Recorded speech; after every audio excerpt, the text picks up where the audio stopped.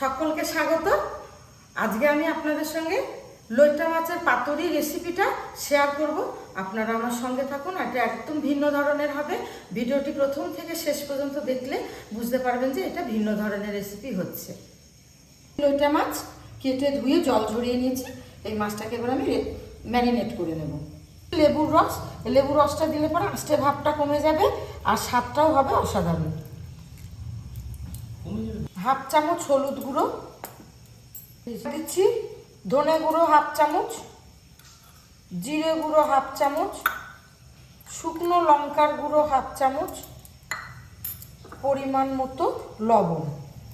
এই মাছটা এমনি একটু লবণাক্ত হয়, তো লবণের পরিমাণটা বুঝে দিতে হবে। এই সব কিছু আমি একসঙ্গে মাখিয়ে নেব। মাছগুলোর মধ্যে মশলা খুব ভালোভাবে মাখানো হয়ে গেছে। এবার আমি এটা 10 মিনিট রেস্টে রাখবো। বন্ধুরা, এখানে কতগুলো কাঁচা মশলা রেডি করে রেখেছি আমি। এইগুলো আমি কিভাবে ব্যবহার করব আপনারা দেখতে থাকুন। দিচ্ছি হাফ চামচ কালো জিরে, রসুনের কোয়াগুলো সব এর মধ্যে দিয়ে দিচ্ছি। ভেজে নেব, হালকা করে ভেজে নেব।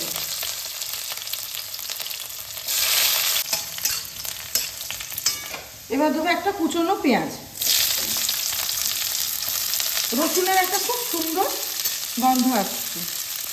পেঁয়াজটা এর সঙ্গে নরম করে নিচ্ছি। এর মধ্যে দিয়ে দেবো কুচনো আদা, এটাও হালকা করে ভেজে নেব।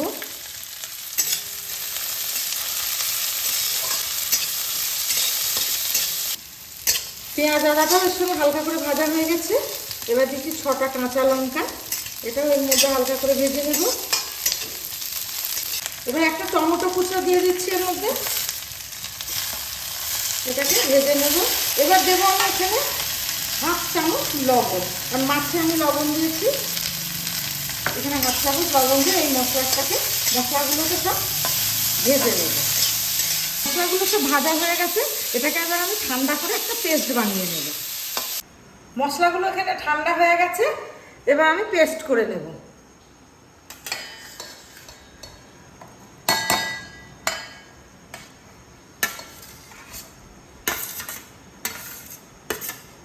আর এর মধ্যে দিয়ে দেবো কিছুটা কাঁচা ধনে পাতা, এর সঙ্গে অ্যাড করে দিচ্ছি।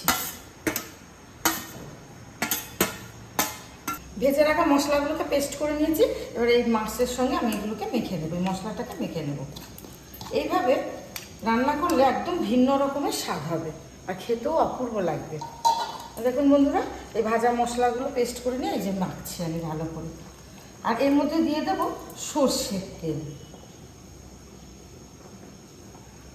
এই সর্ষের তেলটা দিলে স্বাদ যে কী ভালো লাগবে সে আপনারা নিজেরা না করে খেয়ে দেখলে বুঝতে পারবেন না।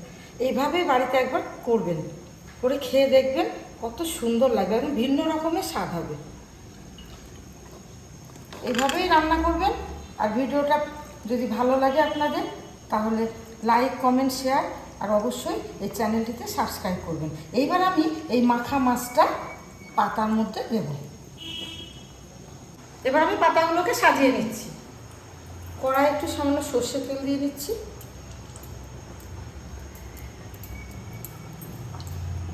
আমি আজকে পাতুরিটা এই কড়াইয়ের মধ্যেই করবো বন্ধুরা। পাতাগুলোকে কড়াইয়ের মধ্যে আমি সাজিয়ে নিচ্ছি। এই পিঠেও তেলটা মাখিয়ে আমি এইভাবে সাজিয়ে নিচ্ছি। করেই পাতা দিচ্ছি যাতে মাছটা পুড়ে না যায়। সাজানো হয়ে গেছে। এইবার আমি উপর থেকে একটু সর্ষের তেল দিয়ে দেবো। ম্যারিনেট করা মাছগুলোকে এর মধ্যে সাজিয়ে দেবো। আমি মশলাটা আরও ভেজে নিলাম যে এর মধ্যে তো কোনো কষানো হবে না, যাতে মশলা কাঁচা গন্ধ না থাকে। সেই জন্য আমি মশলাটাকে ভেজে এইভাবে পেস্ট করে নিলাম যাতে কাঁচা গন্ধটা না থাকে। মাছগুলো সব সাজানো হয়ে গেছে।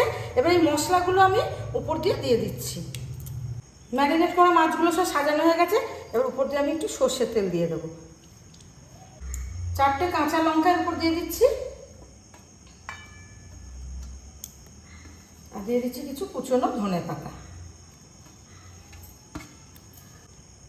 এবার এই লাউ পাতাগুলো দিয়ে আমি উপর দিয়ে ঢেকে দিচ্ছি।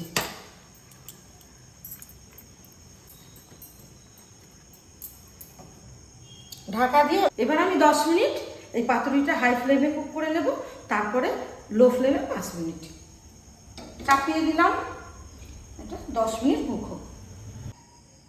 দেখুন বন্ধুরা, আমি 15 মিনিট পর ফেরত আসলাম। লইটা মাছের পাতুরিটা একদম রেডি। এবার এই পাতাগুলো সরিয়ে দেখুন, পাতাগুলোর কালারও চেঞ্জ হয়ে গেছে। এই দেখুন, গরম গরম ভাতের সঙ্গে খেতে অসাধারণ লাগবে। এই দেখুন বন্ধুরা, আমি পাশে গরম ভাতও রান্না করে রেখেছি।